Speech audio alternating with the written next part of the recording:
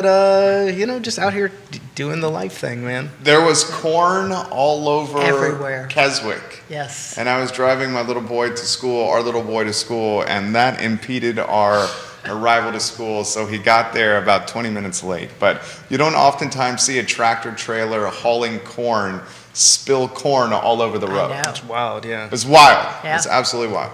All right, Judah Wickower, we can start this program, sir, when you're ready. I can tell it's going to be a good one.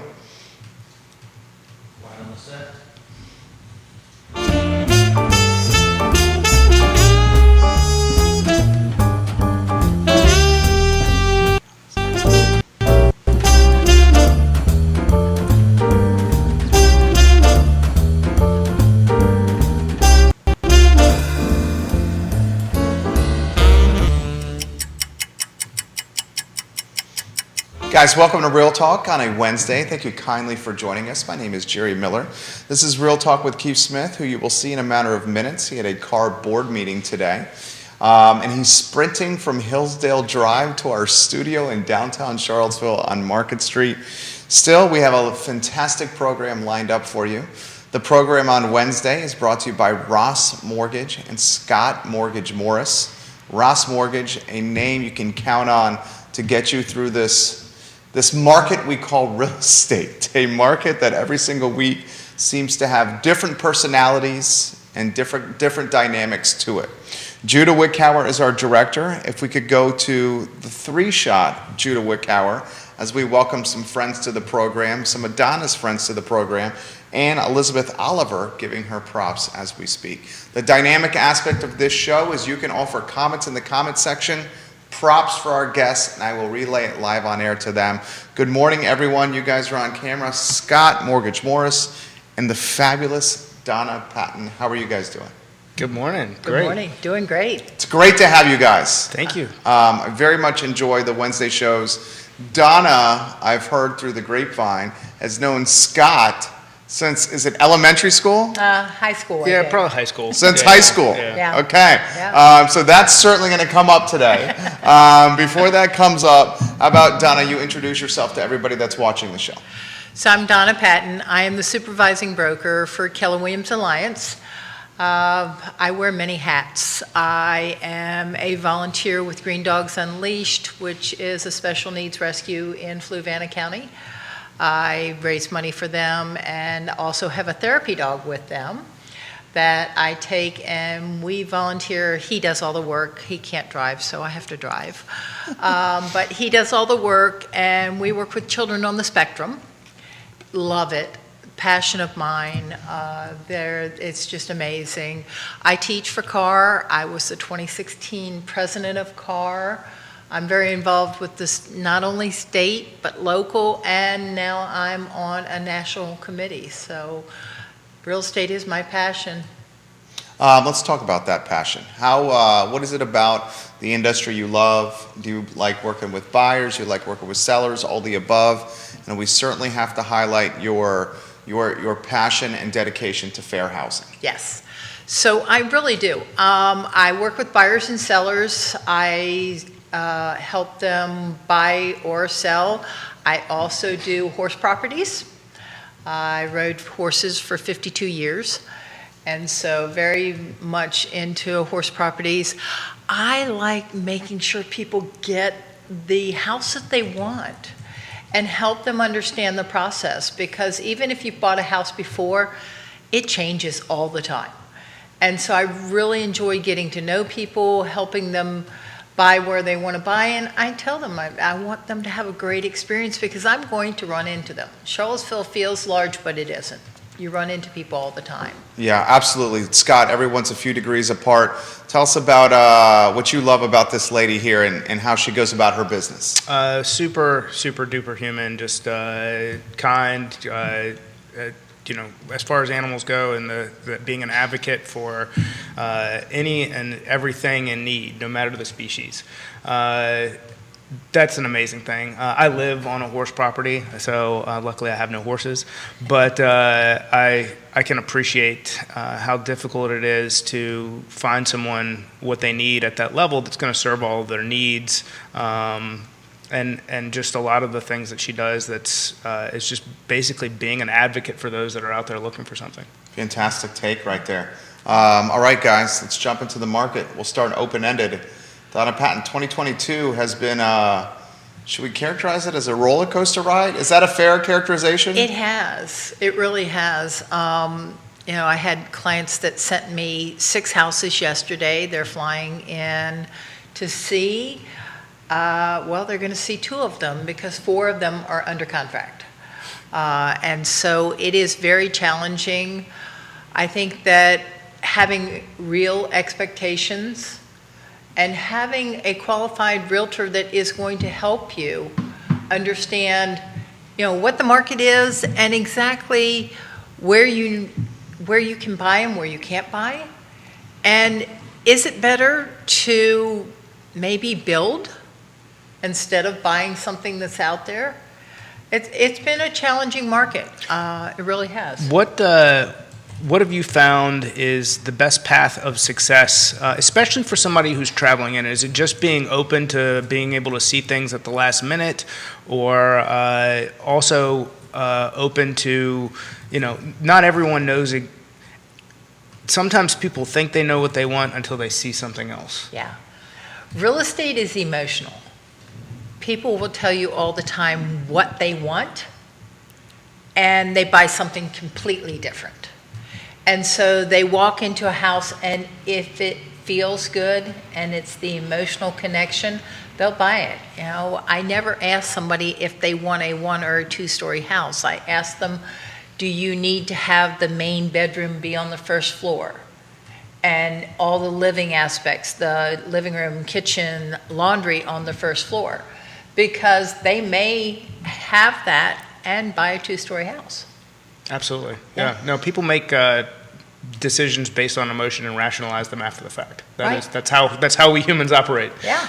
Yeah. And and you have to, as a realtor, you have to move with the market. I know years ago I never did virtual showings. Now I'm showing houses virtually with my phone. Yeah. How often? Depends on where the person is, quite often. I will show it to them, and my past high school friend and also client flew in from Texas over the weekend to see a house that I had shown her by my phone. Get out of town. Yeah. That's some pressure, isn't it? Yeah. She Yeah. flies in from Texas based on the virtual showing? Yeah. How many sight unseen offers have you written? Luckily, none. They give me heartburn. I was going to say. As a supervising broker, they really do. They give me heartburn. I would prefer someone that is close to them, come see the house, and then help them make the decision, because I am not close. I'm in the business.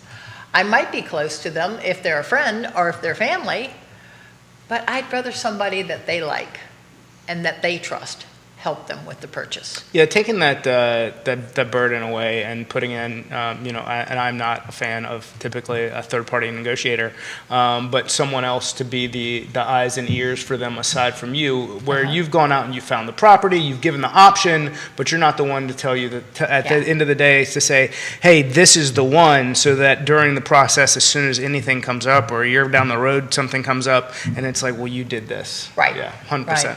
Yeah, and I do compliance, and I keep the agents in our brokerage out of trouble. So that's what I think that my role is, and to help my clients also to, make sure that it is the house they want and not just my opinion. You got a comment coming in from Danville, Virginia, from Travis Hackworth. Travis, I believe you are a CPA, but correct me if I'm wrong on that, Travis. Let us know what you do. First, before we get to Travis's comment, Ray Cadell is watching, Big Ray and the Cool Cats, Ray Cadell and Associates. He says, I'm a huge fan of Donna Patton. Huge fan of Donna Patton. He puts that in the feed. Ray's a great guy. Ray is a great guy. Travis has this for the panel.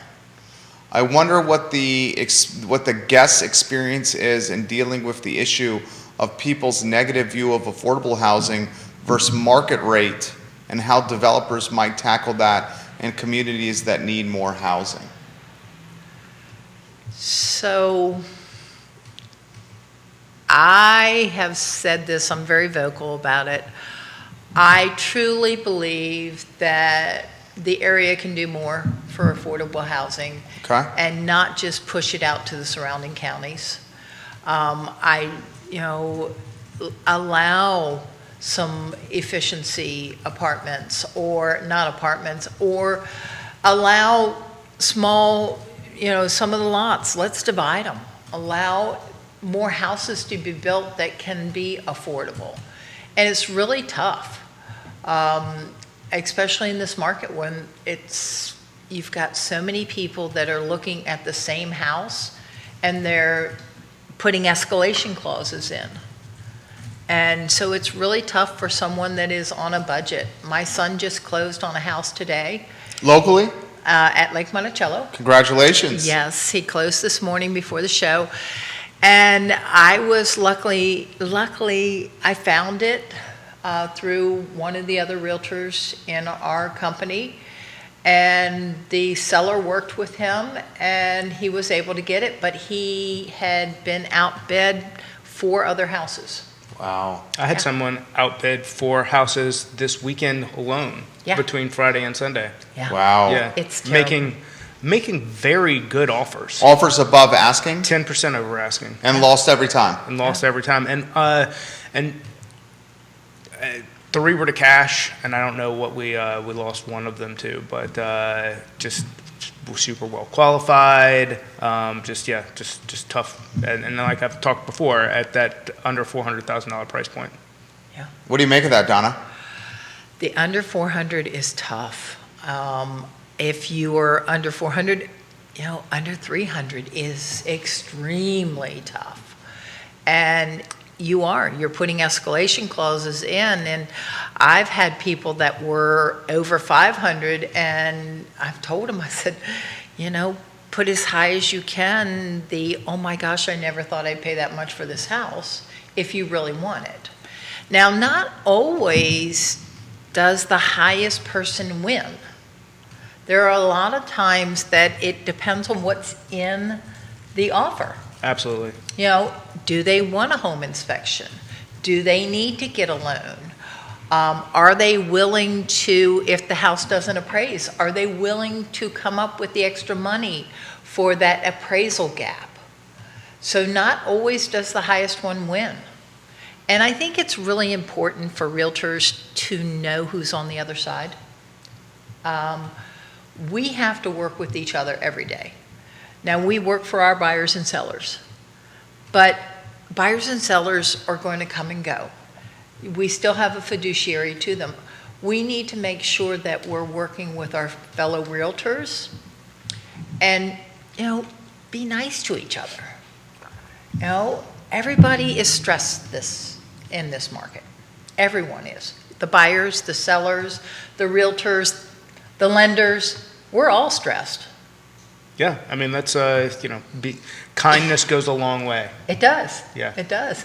And, it was nice when Scott walked in and I was like, I know him. Yeah. It just makes it easier. Well, and I've seen Scott, I'm going to brag on my boy over here a little bit. This guy grinds for his clients. So we've been spending a week with him, 1 day a week with him for most of this year. Yeah. And he is constantly grinding on behalf of his clients.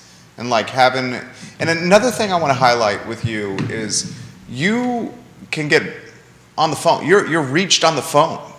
Yeah. This is not something where it's someone else besides you. You know what I mean? Because it solves more problems than sending emails. Sometimes emails create ambiguity. The ambiguity, wow, I didn't really appreciate that tone. It's like there was no tone there. Yeah.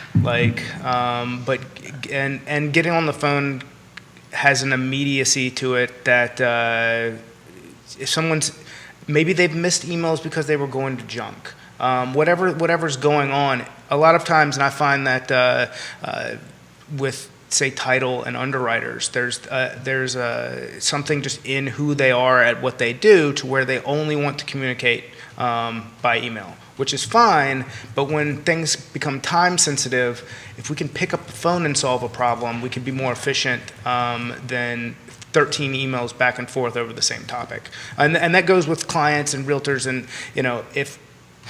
if I'm reaching out to a listing agent to say, hey, Donna had submitted an offer on your property for Jason and Sarah, and I just wanted to let you know that if they agreed to waive the appraisal, they've got the funds to bridge that gap. If whatever, I'm supporting what may not be in the pre-approval alone, but in the offer, and they're hearing it from another party outside of just having that written in the offer, and it gives a level of confidence to having their offer accepted that may not already be there. Great take. Donna, your thoughts on that? Yeah, I agree. Sometimes you just have to say, can I call you? Yeah. It's much easier if we talk. And, one thing that I think gets several agents into maybe not trouble, but where they don't want to be, is doing deals by text. Everybody's in a hurry and they want to do everything by text. And it's the same thing. There's no tone. Yeah. You may say, that's fine, but not really mean that your person got the deal. But the other side says, oh, great, you just got the deal because they said that's fine. And so I think that we really have to communicate with each other. So Carrie Griggs says we love Donna Patton. Carrie Griggs, a fellow KWA team member right there. We love you, Carrie Griggs. Yes. So a lot of questions are coming in right here. Great. This is from Grayson for the panel. You guys mentioned appraisal gap and bringing cash to cover appraisal gaps. How many of the deals has Donna done that meet that criteria? Luckily, mine have appraised because they haven't been that much higher. I've been very fortunate. A lot of my clients have brought cash. I have clients that they are going to go ahead and sell and then rent or do a short-term rental, and then that way they have cash coming to the table. Not everybody can do this.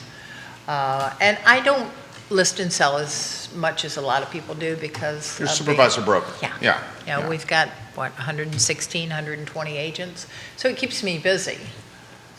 Of the of the agents on your roster, can you put on the back of a napkin how many deals are all cash deals? I mean, YRP, we're about to show Yeah. Keith Smith on the show. That's a Keller Williams boutique office. Yes. So let's talk about cash deals and how many back of the napkin are being done. All cash deals. All cash deals, there's quite a few, and it always surprises me because I'm thinking, wow, what happened? 3 years I ago, can't where do was that. all this money? Yeah. I've got, my clients that are coming from Texas, they're cash. And they are, in the upper price range. Does it shock them a little bit to be what Virginia price point looks like versus a Texas price point? No, they're in Dallas. Okay, all right. So- So Dallas is super deluxe, Yes. super wealthy. Yeah, it shocked my in-laws from Long Island. Yeah. Because the whole not misconception, but the phrase is lower, a little slower. Yeah. You know? It is. Certainly for the Yankees. And they see these price points and they're like, good Lord. Yeah. They're not they're not super low as people think. Dan Petta is watching. He says, good morning, Donna. Let's go to the 4-shot. Let's get Keith Smith involved over here. Good morning, Keith. You just left a car board meeting. I just left the car board meeting, so is there any skin left on my bones? Did you guys tear me apart for about 15, 20 minutes? We actually didn't I'm talk about sorry, you at we all. didn't talk about you at all, Keith. Imagine that. That's impossible. See the name? See the name? We didn't talk about you at all. It's impossible. It's impossible. Hey, shout out to Dan, Mustache Stan the man, on last night's rezoning for Southwood at the Planning Commission. I watched it virtually, but that man was in the audience until I think the vote wrapped up about 10:15, 10:20 Wow. in the evening. Yes, way past my bedtime. So shout out to Dan for Past my bedtime. Mine too. without a doubt. Shannon, did you get a haircut? I think so. Looking yeah, good. do a little Looking something, do a looking little sharp. something. Looking sharp. So how did the vote go? 4-2 in favor. Interesting. It's a little different than you thought yesterday. Yeah, I was a betting man. I wasn't, I also said yesterday, I'm walking myself back, thank you. Yeah. I have another board meeting, I have to go. Yeah. I also said it depends on how the public shows up. And that was Dan Rosenzweig with Habitat for Humanity. It was well-organized, well-structured from that perspective. And a little shout-out to the chairperson at the Planning Commission. That was a hard meeting to manage. I've done that before. It was super hard to manage, and she did a great job of making sure everybody get it. But it was 4-2. It was a little close there. It was a 10th inning. Dan jumped up and was able to address a few items, and I think that swung that extra vote. So ultimately what it was interesting. I didn't get a chance to talk to Neil at the car board meeting, but it got approved with conditions, which is a strange approval. The bottom line is they want the developer to work with the staff between now and the Board of Supervisors meeting to work through some of these concerns that were in the staff report. So, You got Nikki Chambliss saying Nikki. hello to you. She's watching the program. A number of questions and folks coming in. Travis, we'll get to your comment here. Let's get to Kevin Higgins' comment here. Erica Renee, Green Dogs Unleash, wants us to talk about Champ, your black lab. I saw some fantastic photos of Champ, Erica Renee. So Green Dogs Unleashed, why don't we highlight your commitment to that nonprofit? Yes, Green Dog Unleashed, I can't say enough about them. They are just the most amazing organization. We're always looking for fosters. If you're, in the position that you can foster, if not, of course, money always helps with a nonprofit. But Green Dogs Unleashed rehomes about 450 dogs a year. And we are known across the world, or at least the country, for taking in deaf dogs, deaf and blind dogs, and rehoming these dogs. These dogs were, before Green Dogs and before some of the other rescues, were throwaway animals. People thought they could not be trained because, a deaf and blind dog, what are you going to do with that? And it's amazing. Erica, I cannot say enough good things about her. She's a behavioralist trainer, and so she works with the dogs, and she really helps them. And then Champ. So Champ did not come from Green Dogs. I happened to get him when he was a puppy, but he is the most amazing therapy dog. He just knows what he needs to do with everybody. We go to hospitals, we've gone to nursing homes, and my passion are children on the spectrum. And so we go to Virginia Institute for Autism with him. And like I say, he does the work and I drive. A nearly 100-pound black lab Yeah. that is as tender as a teddy bear. He is. He goes around much like Donna. and makes people happy. All right, so guys, I'll get out of your way here. Rising rates, inventory coming on the market. We have a lot of momentum here and certainly some uncertainty. Who wants to start with those topics? You want to go, Scott? Sure. I mean, as far as rates go, I said last week that we're kind of at a plateau. We're definitely there for now. I think that's going to continue foreseeably, even through next week when we get that 50 basis point move from the Fed. I think for a couple days after that, you're going to see the U.S. 10-year, the bond market, continue to be bought back into, which is going to drive yield a bit lower. The last few days have been really good. We've seen some positive reprices from where we were the weeks before, meaning that we've seen in the last probably 5 business days or so about 80 bit move in mortgage-backed securities, so we're about an eighth to a quarter better in pricing than where we were. I think that's going to kind of plateau. Down. We've come back down a little bit, and I think that's going to continue. I take it back. It's not going to continue to get better. I think that we're at where we're going to be for a little while this market figures itself out.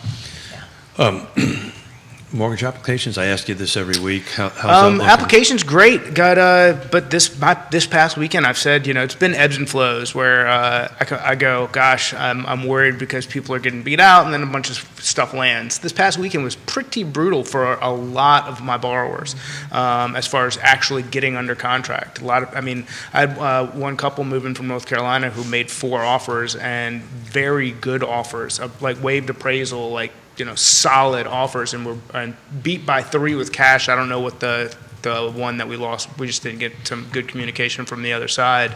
But, typically that's the guy or that's the couple that you see win, 1 or 2 in, given how strong. Are they all cash or like 20%, 30%, 40%? All cash, yeah. That's tough to beat. So Donna, supervising broker, right? Yes. Are you seeing a lot of contracts come across your table here recently? We are. We had a little bit of a dip, and we're seeing quite a few come across both sides of the mountain. And, it's just, I'm seeing they're sticking. They're not falling apart, which is really good. So explain that. So I think in a market where the buyers have more choices, they're pickier on home inspection things. Now especially if they've been beat out several times, they're like, we really like this house, and oh, by the way, we'll fix that. The emotion in the contract is changing a little bit. It is. Yeah. It is. And you're seeing, again, it does give me heartburn as a supervising broker when things are waived. Sometimes you have to. Even home inspection. Some are. Yeah. There's ways to waive it that are more strategic than others. Right. Can we highlight those for the folks that are watching? Because not having a professional have any eyeballs on the property, right, makes the hairs on the back of my neck stand up. I'll Me tell too. a story about that once Donna answers. Yeah. So there are ways. Some agents say informational purposes only, which you have to follow that up about what happens if they don't like it. But that's kind of a pass-fail. Right. As long as there aren't major things wrong with the house, we're good, we like it, we've looked at it really thoroughly, and we're willing to move forward. So one of the topics that I desperately want to get into today is fair housing, since this is Fair Housing Month. Yes. On that end of it, and we really haven't tackled it on Real Talk as much as we did last year and this month. But Scott, from your perspective, what we're talking about, home inspections, VA is a little bit different, right? Because they have their appraisal process a little bit differently. If there's something in, talk about that a little bit. Safety-related items are what come up with VA. So Veterans Administration, handrails on stairs, deck boards, anything that could be peeling paint, cracked sidewalk, broken windows, that sort of thing. So this is something that makes some listing agents target VA buyers through their offer may be less enticing.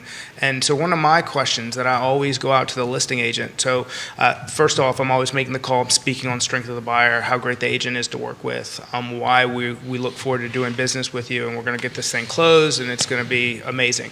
But if I get any kind of pushback on the product itself, my number one question is, well, what is it in the listing that you're not disclosing? Is there something about the property that you're not telling us about? What do we need to be concerned about? Right. And then the answer is, Scott, there's nothing wrong with the property. So then what's the problem? We don't have a problem. Then what's the problem? What's the problem? Yeah. So you're a fair housing guru in this area. So from your perspective, Guru. Very nice. He likes to flatter me. I know, he does that. That's well, his I do tactic. that on purpose because she kind of looks at all the stuff I submit. So I'm trying to. Supervising broker over here. Well, I've got 2. So I know. That's the problem. One of them's your wife. One of them is One Miss. trumps me. Yeah. But you teach this, right? Yes. Right. So you are truly the guru in the area on that. And I have to tell you, as a disabled vet, Scott's a vet on that, I'm a little uncomfortable with some of this conversation. So talk a little bit about just a quick high thing. In the state of Virginia, what are the protected classes? So what can I not discriminate? I can say this. I'll have more coffee. Discriminate. Got it. You guys got it. I'm going to drink more Yeah, coffee. so in 2020, there were cases that were added, or protected classes that were added. Source of funds was added, and status as a veteran was added. And so, source of funds, and people, they're like, oh, well, that doesn't count in residential purchases. What does? Because if the only reason you're not taking a loan is because of the source of funds, then there's a problem. So I received a text with the who blanked out of it, and I'll leave out who sent it to me and all that stuff. But it was a comment that your client did not win this contract because it was a VA loan. Yeah. And that just burned my whatever. So the average reserves for the VA buyer is equal or greater to the conventional buyer.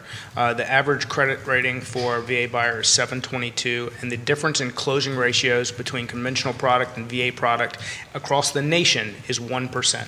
Conventional once you get in closes- it, they close. if under contract, 1% greater than VA. So you have a buyer that is traditionally stronger than the conventional buyer.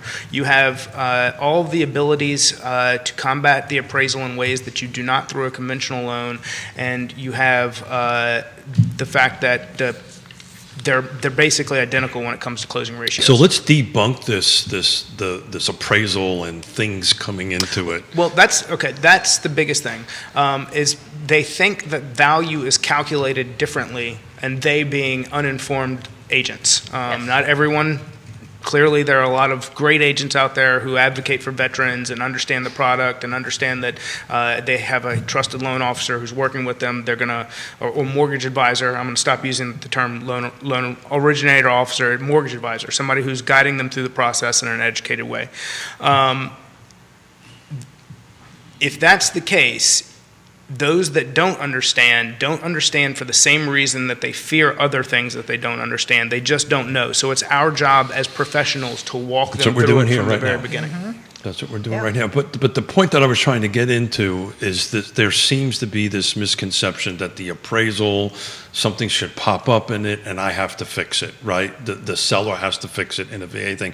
But Donna, in a normal conventional appraisal, if in the appraisal, right, we don't have home inspection, and we waived all this stuff, but in a normal appraisal, the appraiser, for whatever reason, says, Declares it subject to. Let's say that they've gone Thank you. in Thank you for and taking let's say that they tore all the cabinets off the doors off let's say somebody bought a house that needed some work. And they got into it and they realized maybe doing all this work isn't for me. And then they turn around and list it. An appraiser is subject to the opinion of, they could demand that the repairs are completed before they give value to it, if they think that the situation has created a functionality problem. So Woody Fincham at Fincham Associates is just a recent sponsor for the show, which I'm so thankful for. Sat to the right of him today at the car board meeting. He's going to come in and sit down with us the first Wednesday of May to talk about appraisals in depth. The point I'm trying to make is though if there's a conventional appraisal and it says on it the handrail is not safe. You can have in a conventional appraisal say that must get fixed before closing. Absolutely. Yes. And the point I'm trying to make is that's a possibility regardless if it's a VA or a conventional. Is that a fair Correct. statement? Correct. Yeah. So therefore you shouldn't be doing it, period, to a vet, in my opinion, but that's a whole different subject. But in reality, it's valued as better, right? And a conventional could potentially have the same issues. So why not accept it? I don't get it. Yeah.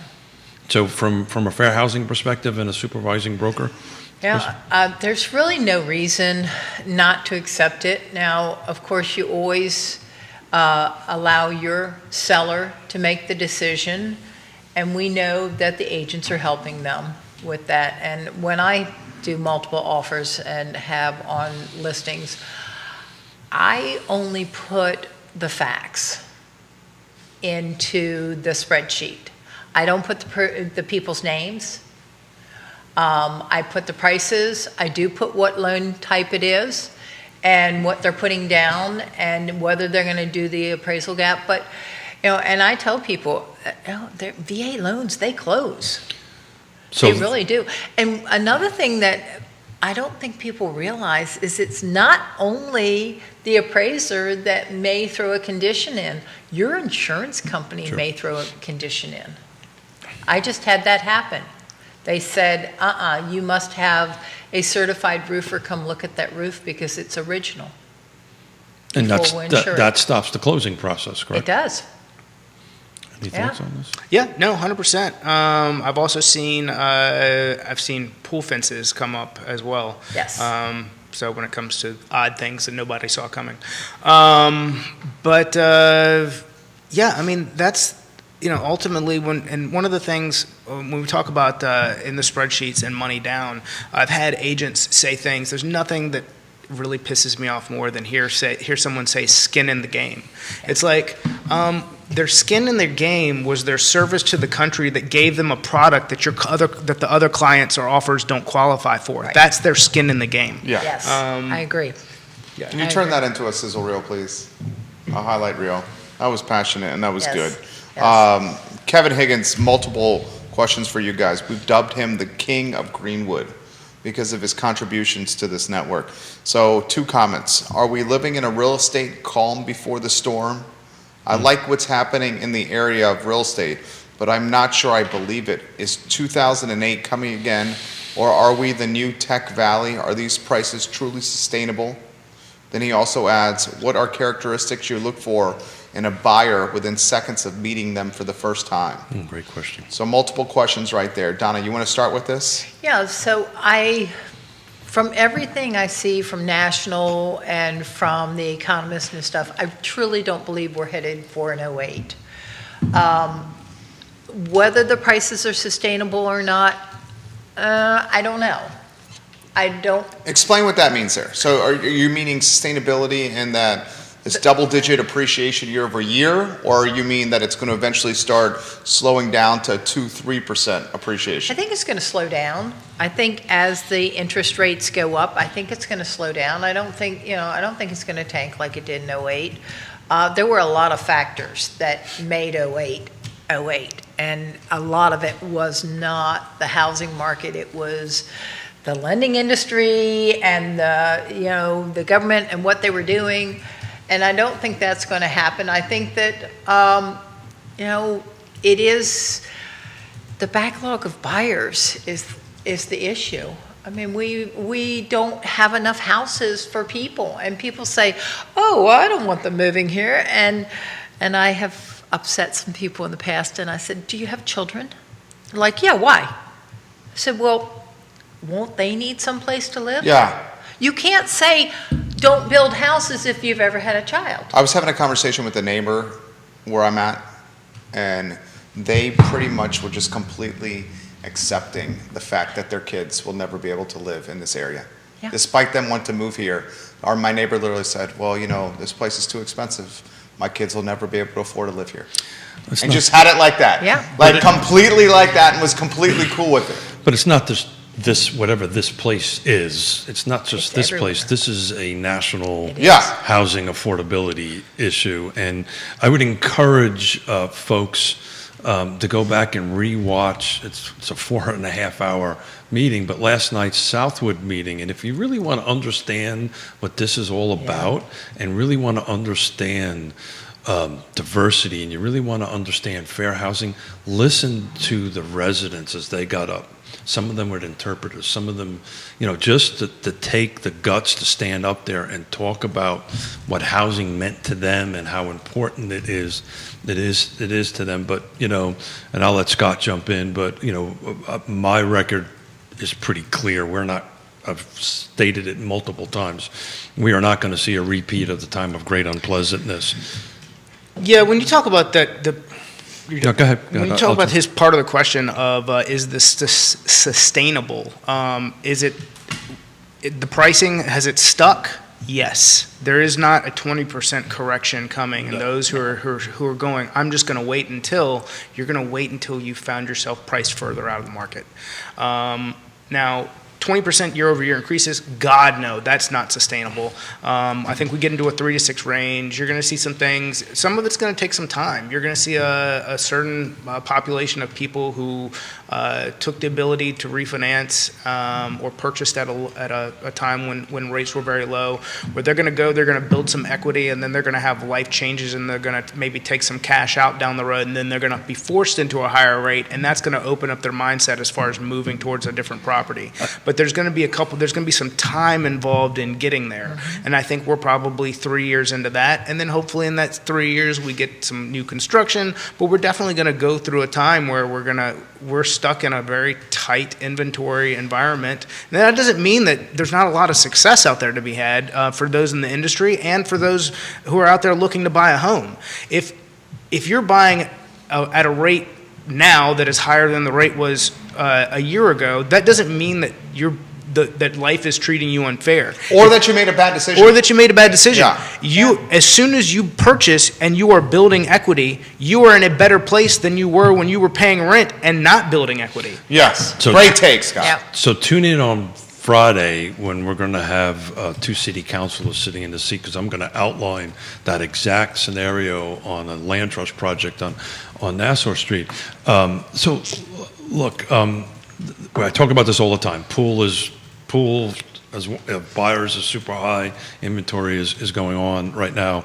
It was funny. I was at the baseball game with mom and dad, and the guy in front of me was go, "Hey, I seen your face somewhere." And my answer was, I don't owe you money. I don't know what you're talking about, right?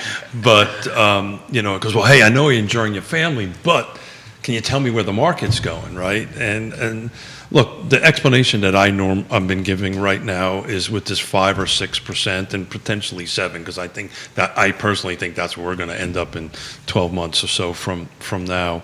Just that buyer pool is coming down, but what's doing, it's carving off the first-time home buyer and the people that have cash that can buy down interest rates. So we might want to talk about that. Not just buying on rate. The cash problem that I see is where things get tough at 350 and below. Is that's still where there's investors who are going out saying, I can buy this and rent it for X. That's still on the table, and that's what's making it so competitive for first-time home buyers. So or it's a piece of it. So what interest rate is the rent they're paying right now? 100%. Yes. 100%. Yeah. So I'll tell you, the only thing in that question that scares me is an email I got this morning, not from you because you're a pro, but the only caveat out there. Adjustable rate mortgages. Yeah, thank you. Yeah. Jerry reminds me constantly that this lives forever. So I mean, I had a 5.1 at 3% or something like that. Are we going there again? I mean, I had 2 agents text me about it yesterday. So yeah. I would say So what's happening with that is this market, these buyers that got carved off because they don't have the cash to say, okay, instead of buying, financing, and I'm just picking numbers, buying a house for $350, financing 100% of it or whatever it is, they're going to say, okay, I got $50,000, I'm going to finance $300, so my monthly payment is at where it was at 3% or whatever it is. That's the buyer that's in the market right now. Mm-hmm. What I fear is that if this ARM or this creative financing comes back in the market to help the first-time home buyer, and I'm all about that, that's when we might get into a little bit of trouble. You buy that, Scott? yeah, I mean, there's some of it, but my concern. I'm not saying it's going to happen. I'm saying if that. I'm with you. I think my opinion on it, though, is that a lot of investors don't want ARMs because they don't want the short-term debt. Because my argument is, I think that we're going to be at a lower interest rate period by the time they adjust than than not. So We can't bet a mustache on that because you ain't got one. So. yeah, it grows in gray. I'm trying to stay blonde. So Somebody if said, someone does an arm, and it's a 5-year adjustable arm, What happens? if the rate drops, do they have to wait the 5 period, or can they renegotiate prior to the 5 period?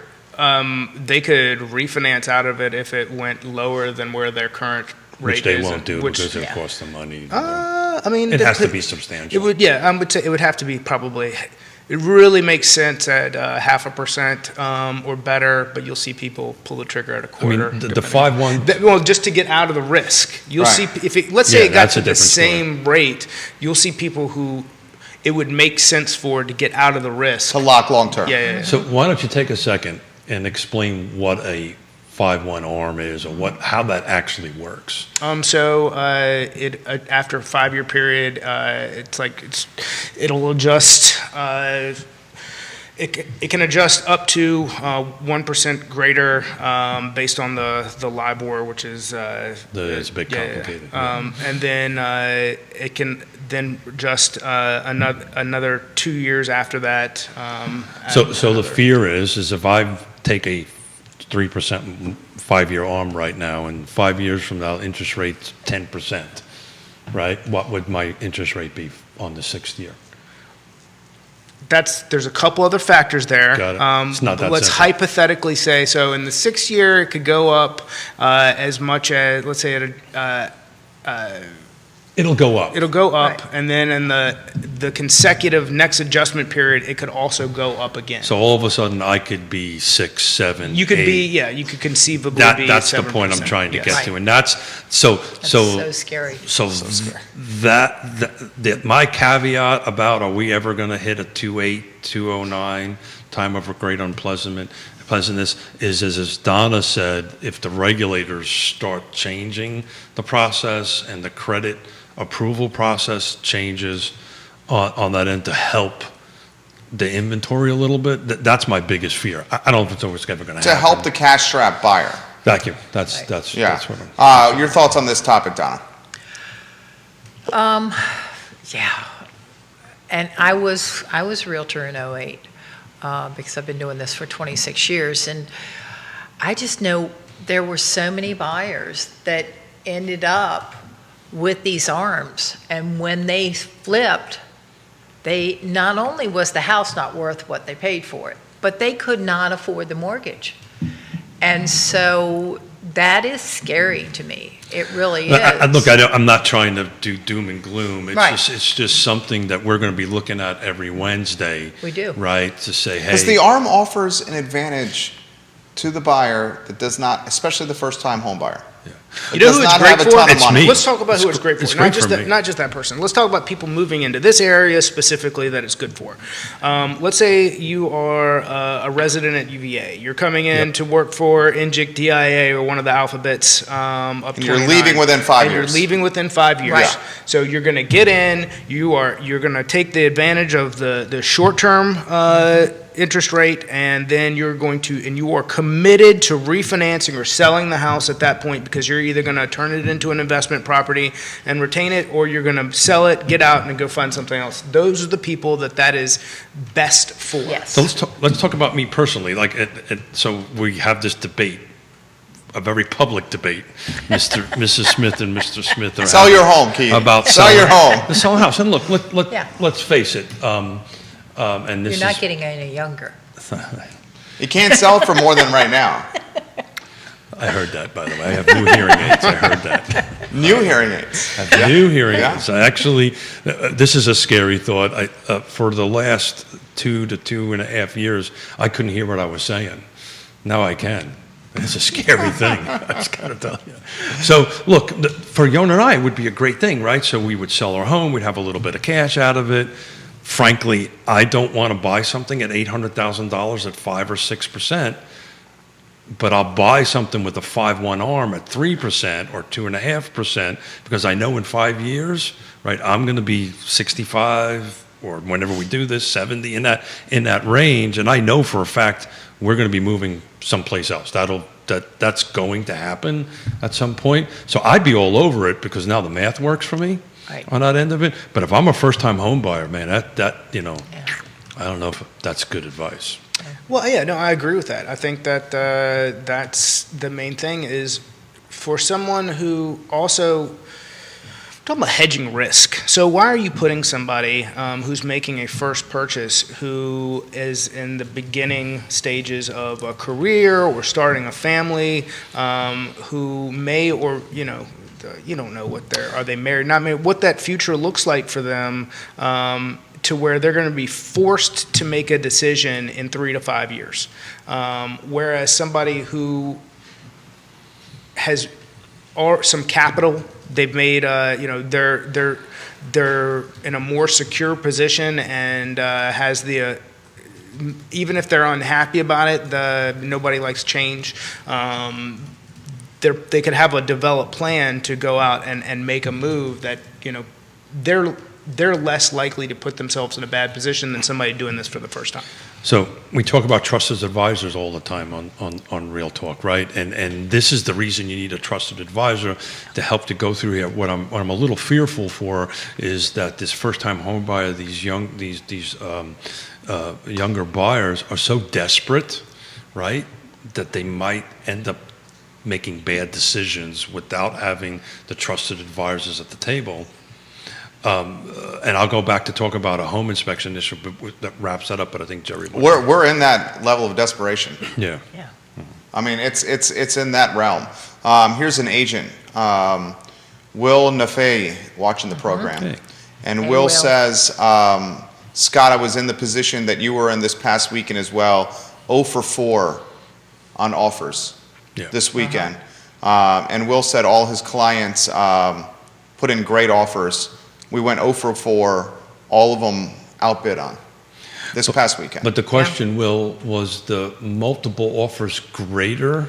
In other words, let's say a month or two ago, was it 10 or 15? You're only competing against now about 3 or 4. That's an important piece of information on it, because I was in the same position this weekend, lost everything that we had. Came in second out of 4 on each one, but second is in first place. So, Will, offer a little more perspective on that, if you could, please. Beth Dunlap Marcus giving Hey, Donna Beth. Patton some props. We love Beth Marcus Yes. at the I Love Seville Network. She is fantastic She is. people and a foster failure of her own. She is.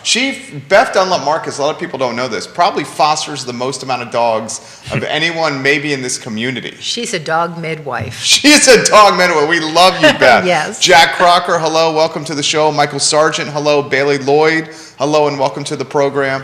Donna, your thoughts on some of these topics that we've been talking about here? So, I want to circle back around fair housing and what happens with all of this market and our area. Because as we continue to watch this market and people getting beat out, is it making people move further out? And 100%. drive till you qualify is a horrible thing. Because what happens if you have 2 cars, you have 2 people working, one of the cars breaks down, they lose their job, they no longer can get there, maybe they have a child that is in a school that is far away and they get injured. I really believe that people who own houses, the kids are more stable, they feel more secure, and so if we can get a more affordable housing and help the governments and stuff like that realize that, yeah, it's really great to have all these big lots in some of these rural communities, but that pushes people out. So again, if you would watch the folks from Southwood that got up there and spoke about that, it was exactly that. Yeah. This is the first time we've owned a home. It was a really awesome thing to listen to. And the public hearing portion on that went for a substantial period of time on that end of it. So, you're spot on. But my fear as far as fair housing goes is as the desperation increases, there's some we see texts like the one I described earlier popping up. And I don't know if Scott, you're seeing some really maybe off-color things, pardon the pun, on that, and on your end of it around affordable housing? I mean, you Excuse know, me, fair housing, excuse me. I get feedback generally that is less that says a VA offer is less attractive, if that's specifically what we're referring to. An FHA, same thing. Yeah, Some people don't want to take them. But that's the point. So that is technically a violation of fair housing because it's of how I'm going to pay for it, correct? It's a source of funds. Source of funds. so the truth really is, I think conventional is, in a lot of cases, a less attractive product because the other side doesn't know what the true qualifying aspects of that pre-approval letter are. So if you've got someone with less than stellar credit who wants to put down mortgage insurance and, put down 20% so there's no mortgage insurance, but they're on like an iffy... A bubble? Yeah, they're like on the, does this truly run or prove eligible? If that work wasn't done on the front end, you're out there as a listing agent facing as many... vetting the quality of these pre-approvals as much or more so than the actual offer itself. And that's why having a lender who can take the time to, reach out, solidify what you're receiving on paper with a text, a phone call, something to show that these buyers are the most qualified. I don't get to see what the details of the offer are, but at the same time, I might ask a couple qualifying questions. Hey, is there anything that you want me to reiterate to the listing agent when I talk to them? Hey, by the way, Joe, the offer you received from Donna for Keith, there's no home sale contingency here. Whatever it is that a bell that we need to ring to make that look as strong as it actually is versus what it's up against is, what we want to reiterate. Mm-hmm. The best tool available to a buyer's agent who's trying to sell a home is ask the seller agent to call the loan officer, or what do we call that now? A mortgage advisor. Mortgage advisor, excuse me. Yeah. The mortgage advisor, so that you and the listing agent can have a conversation without me involved in it about the strength of the fiscal ability of the buyer. That is a tool that, frankly, in today's market, again, I will leave names out of it. I showed a home over the last weekend that in very bold letter in agent notes, it said, "Don't call me." Literally, they would not receive phone Wow. calls. So Mr. Miller knows what I did. What did I Picked do? up the phone and I called picked him. up the phone and called them. Yeah. Yeah. That particular, he or Yeah. she, whoever it might Right. be. And they didn't take my phone call, but I relentlessly called them until they did. And I said, "Look, I want to talk to you about your listing, tell you about my buyer, okay, blah, blah, blah, blah, blah. I'm trying to get, just a basic conversation Right. about it. How's your showings going? Do you have any offers?" Just some very basic professional thing. But it was in bold letters, "Don't call me." Well, it's Right. because we're in a market where some people don't believe that they need to really do their job. Well, they're resting on their laurels They are. Yeah. because for so long it's been gravy train. Yeah. Ann Elizabeth Oliver, there's also an issue with first-time home buyers who receive down payment assistance from organizations like Piedmont Housing Alliance. Yes. Yeah. Let's talk about that. Yeah, so the interesting question. So PHA, Piedmont Housing Alliance, in full disclosure, I am the chair of the Piedmont Community Land Trust, which we are now merging with PHA. So we'll disclose that and get that out. My supervising over, I wanted to make sure that I got that out there. So the reality of it is, in most cases, it's a second loan. Yeah. In most cases, it's a second loan. So that's why it's important. If it's a grant, that's a different animal, right? But most, Because the grant doesn't have to be paid back, correct. Right. In where the loan does. most cases. And that's going to raise some red flags with what you do. No, the biggest No? problem Is your with, loan the biggest problem with grant is once you say the word grant, like I don't sell the grant to borrowers because as soon as you say that, they hear zero. And the problem is typically you're going to need 1%. You're still going to be paying closing costs. There's an amount of money that home inspection, appraisal. There's an amount of money that they're going to need to get through the transaction. And if you can explain to them that the loan is 2 loans and that everything outside of that, this is going to be your cost. If you can separate those 2 things, you can do a better job of servicing, advocating, educating the client. In my opinion. There are some benefits to the grant for the right person. It certainly makes sense. So I won't say that it's something that I steer people away from, but at the same time, for someone who's really trying to bring the least amount of money, typically a first and the second is going to be the way to do that. Yeah, so on the grant thing, so it's, I use the word loan because it's really not a grant, I don't have to pay it back. Generally what happens is, depending on the grant product, or the down payment assistance product, if you're in the home for so many years, then it decreases, right? Yes. So they're very different. Some are 5, some are 10, some are 15. There's multiple plethora of options out there. Yeah, and some of then some of them, you don't have to pay them back until you sell the house. Yeah, which impacts your, and again, on Friday, we're going to talk about this because I'm going to do a math analysis. Get ready, Jerry. Math analysis. He's going to take his shoes off. Oh my goodness.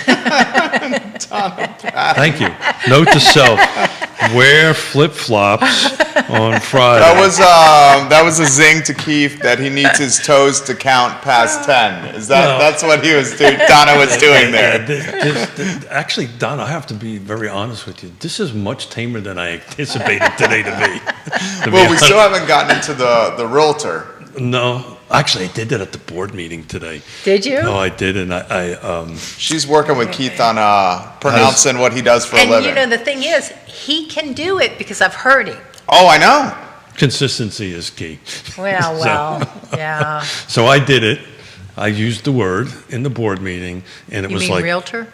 I used the word in the meeting, and everybody's head turned to me, and I went, real estate professional. Yeah.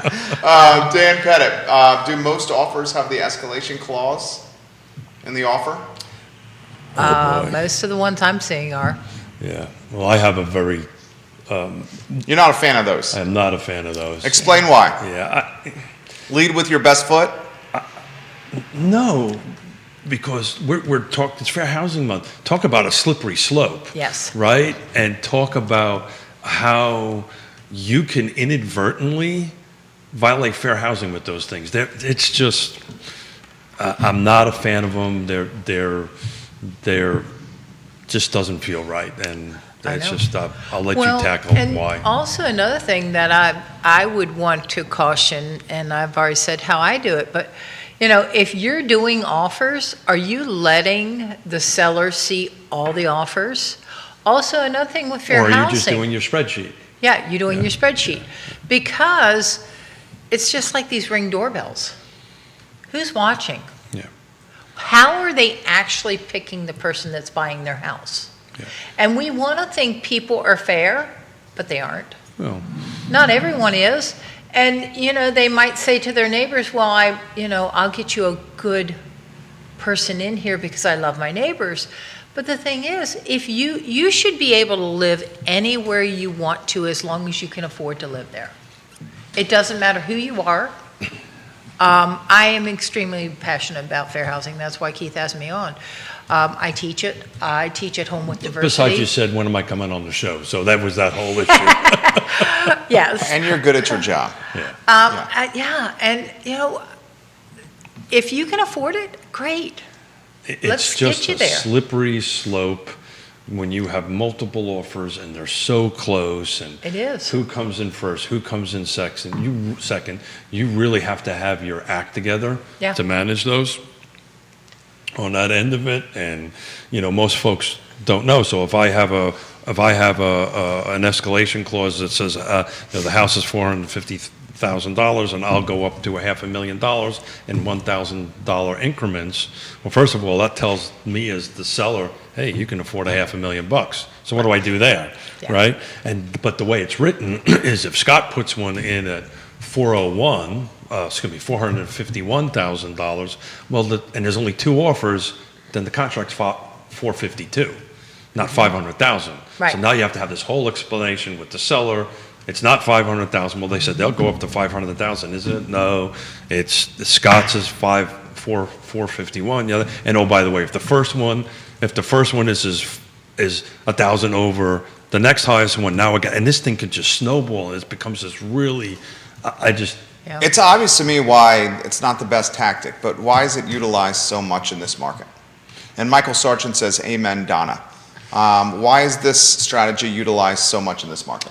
Because it's prevalent. it's a tool, right? It is. It's the tool du jour at the moment. I think once the market starts stabilizing, I don't want to use the word change because it's stabilized. Right. You'll start seeing that. Yeah. Once they started doing it on Price is Right, found out that it worked. Here we are. Yeah. Bob You know, Barker that's a reference over scary here. thought. Do you actually That- watch Prices Right? I I think he watched Look Happy, at him, he's turning red. watched Happy Gilmore the I other watched day. the OG Price is Right. You know, that was like the reason to fake sick when you were a Oh. little kid. Well said. Yeah. I loved it. I loved it. Bob Barker, the OG Price is Right, is Yeah. what he's talking about over here. Your thoughts on the escalation clauses? They're clearly getting traction here with viewers on the show. They are, if you've got a buyer that wants it and they can put the extra money in and they've been beat out 4 or 5 times, I don't like them because it does push all the prices up. But am I going to tell my buyer, I really don't think you should do that and you should just wait and lose out 4 or 5 more times? So on the listing agent side, we recently just had one where we had 3 offers were exactly the same. Yeah. Exactly the same. Exactly the same terms, exactly the same price, exactly the same escalation clause. Uh-huh. And how do you do that? How do you manage? Then you Should have to go go, back was it higher. rock, paper, scissors? No, highest and best. There you go. So we ultimately ended up there anyway, Right. right? So, Yeah. I'll tell you what, we've got 3 offers. You've got until tomorrow at whatever Yeah. to give me your highest and best offer. And then that's where this whole fair housing thing comes in, because now you're getting phone calls because you're trying to get me to tell you about the other offers. What do I need to do, baby? What do Yeah, I- yeah. Would that Bob Barker say that? Well, and That I sounded have to very circle Bob back Barker around. to me. That's more Drew Carey than Bob Barker. Yeah. Oh, You now that's said- a show. Drew Carey is the host of Prices Right No, now. Yes, I'm talking they are. about when he used Oh, to do. Whose Line Is It Whose Anyway? Line Is It Anyway? Oh my That gosh, was a that fun was show. the show. Yeah. Go ahead, Donna. Also So a I Marine, want to by the circle way. back around when you said you called the agent and said, "Let me tell you about my buyer." Well, What did you tell them about your buyer? yeah, I just told them that they're moving from the Northeast. And don't tell them about any of these love letters that you write. We're I do to- not. You I, can't do I love do not letters. write I know. love letters. I know, a supervising broker over I here. do not We Look don't at write. allow- Nashville Keith over Yeah. there. Yeah. huh? So how about We them don't allow- Mets? About that. Yeah, we don't. How about them Mets? But Yeah. So by the way, there's a rule in here. Yeah. Just that, we didn't get talking. When I take a sip of a cup of coffee, we change subjects. That means he's thinking about a way to get out of the situation I when am- he's doing this. I need more time to think really quickly. Yeah. I know you well enough. That's what's happening right here. Segura, look at that pearl closure. so, but calling the other side and saying, "Let me tell you about my buyer."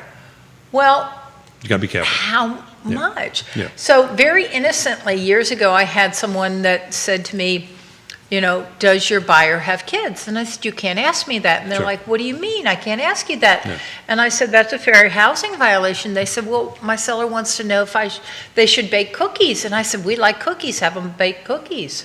Yeah. I never answer the question. You cannot ask certain things. And I know that, Yeah. Mrs. You cannot Patton. ask. This question's come in. With the escalation clauses, how many times does the top of the escalation become the sale price of the home? So I've actually seen situations where other offers were accepted other than the accelerating Yeah, clause, I which, had one. which it was for other reasons, right?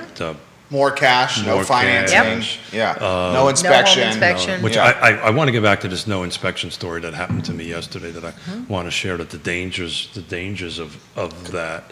The escalation clause is tipping off your ceiling. So I guess the question's coming in, if you're escalating, if you have an escalation clause, isn't the seller just going to go to the top price point? But they can't. Unless they can, well, they can't. That's the Unless it pushes it up there, So, if the other offers do. is Yona watching? Your wife watches everything you do. I know that. Yeah, everything you do. As she should. Yeah, Yeah. she should. As She has a should. mini camera on you As everywhere she- you as as she go. should. As she should. You should explain this though, of how. Well, not explain it. I want to ask Donna a question. Yeah. As one of my supervising brokers. You believe that? That's crazy. Well, he's the only one that needs two. I've been waiting for it. I've been waiting for it. I mean, he's 3-4 days a week here talking about what he does in very public setting. I see why he needs two over there. You're not helping me, but I know, I I thought you know. were my buddy. I know. This is a good topic though. This is a good topic. So I've got 3 offers, and this is a question. Uh-huh. Just bear with me for a minute, Scott. I've got 3 offers in here, right? Accelerating clauses, yada, yada, yada. I've got the 4th offer at $500,000, whatever it is. Why can't I just scratch out the escalation clause on that, have my client sign it, initial that, and hand it back and say, our counter's $500,000? Why can't I, can I not do They that? can do That's what I that. thought. I'm not sure that the agent on the other side is going to say, wait a minute.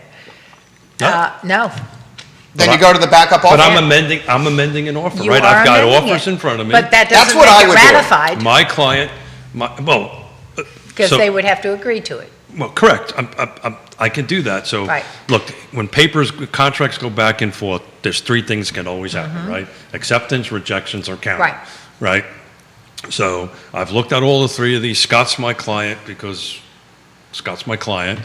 And Scott looks at it and says, I want that number. I'm going to scratch everything out. I'm going to sign it. I'm going to send it back. I got a pre-qual letter that says they can afford $500,000. I picked up the phone, called up Scott. What do you think? You think they can do this? Yeah, they can go ahead and do this. I've done my homework. I think $500,000 will appraise or whatever it is. I can mark all that stuff and slide it across the table. Now you can accept it or not. Right. And if you don't, so thank you very much. Then I go to the second one. Then I go to the third one or a third one. Yeah. And to me, it's just. You're tipping off your hand.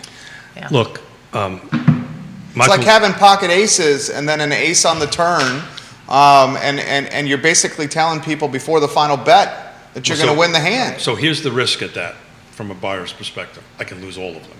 Right. Seller's perspective, I can all of In them. this market, that is unlikely Yeah, because of the depth of the buyer pool Yeah, Right. but and it's the changing. shrinkage in inventory. Yeah. at least before the escalation clause fury, if you will.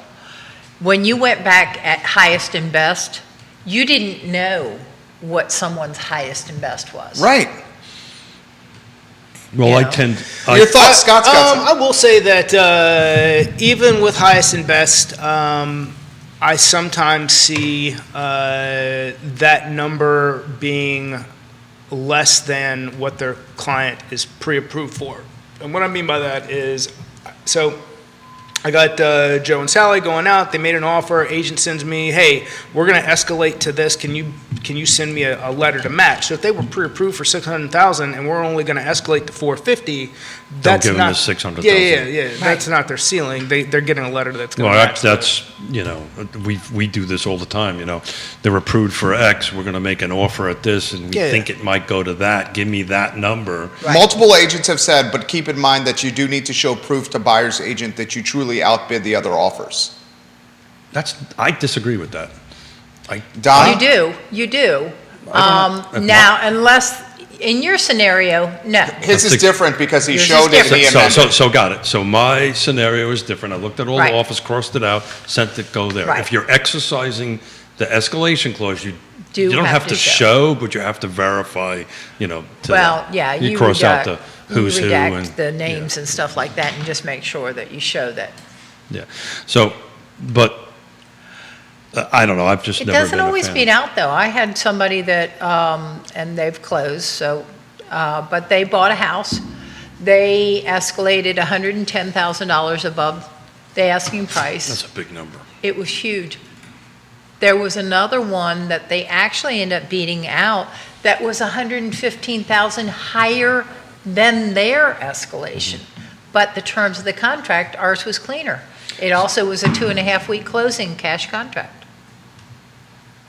Scott, what do you think? I think we just got to 500 members on Culpeper Community Spotlight. Culpeper Community Spotlight. Follow their group. It's Yay. fantastic. Scott and his team are doing a great job with that group.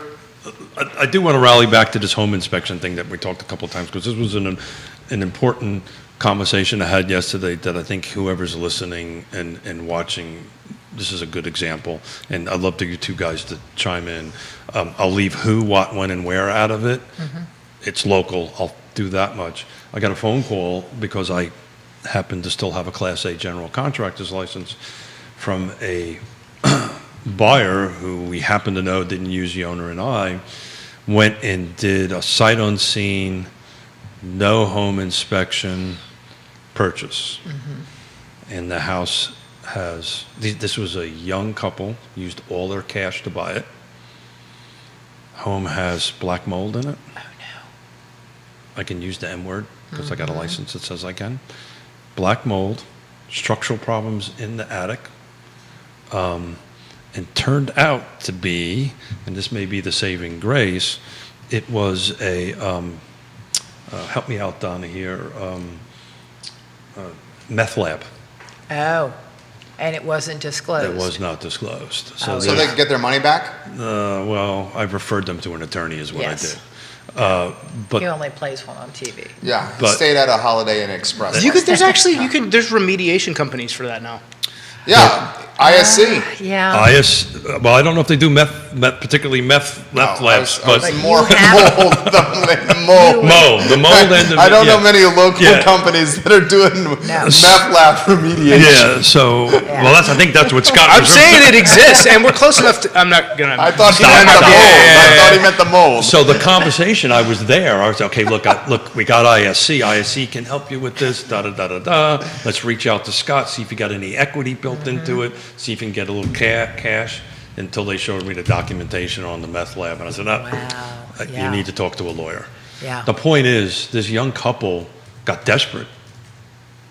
And they're people we know since they were zero, and just felt embarrassed to call us Wow. until it got beyond this point that, look, we need help. So, Yeah, please and be it's careful scary. out there. And even if you don't have a home inspection, there are still things in the contract, unless they're crossed out, that says, and I only know these things because I look at them all the time, but paragraph 16C says, if you don't have a home inspection, the following things still have to work. And Correct. unless that's crossed out, you still have to have things that work, and you still have a walkthrough. So one of the things that Yona and I do, So they're outs, There are, is what she's saying. well, if the window doesn't open or it won't stay open at the walkthrough, well, you have to, He's not a You big have to be fan of careful. these outs. well, it's not that I'm not a big fan of them, but just to quantify it, if that window was the same when you did your initial walkthrough and you signed the contract, Right. then it is not an out. Right. If it was working when you did the walkthrough and wrote the contract and walked through it, I actually had a situation Yes. once where a piano went through a front door. Ooh, And, They're really heavy. How did that happen? I think alcohol was involved. That's I may you be go. wrong. he threw it down the Dude, stairs. that's No, what- it was not me. It was for a buyer. Don't ask me to help you move. It was not for me. It was for a buyer. And Elizabeth Oliver, I've had two similar offers over the escalation ceiling. Both offers were the same. We asked for the highest and best. My client went with the lower offer with better terms. It was $25,000 less than the highest offer. Flexibility and terms are important. Amen. Yeah, they are. And sometimes it's when are you going to close? Or can I rent back? That's a big one now. Want to talk about that, guys? Do they have the flexibility to let you stay a little bit Seller longer? possession. Yeah, So that was the conversation, Donna, I had with those buyers, was because they were willing to allow the seller, and I wanted Up to how many days? 60 days. 60 days. I wanted them to know, unless it's cash, Right. unless it's Right. cash. Travis Hackworth, it seems that Donna is a huge proponent of affordable housing. What types of programs has she encountered that localities can use to encourage developers to build affordable housing versus going the easier route for the market rate moneymakers? I really personally haven't. I've been on some boards. I go to, now that we're getting back in somewhat normal life after staying at home forever, I do try to go to meetings and stuff like that and learn as much as possible. I am not on any boards. That's Keith's forte. more Land so trust than is a me. good one. It is. Land trust is a really great one. And why more people haven't figured that one out? It took, You all had to do backflips. It takes some explanation for the it's a difficult model to explain. more layman. It's a difficult model. It's to a explain, yeah. difficult It is. model to explain.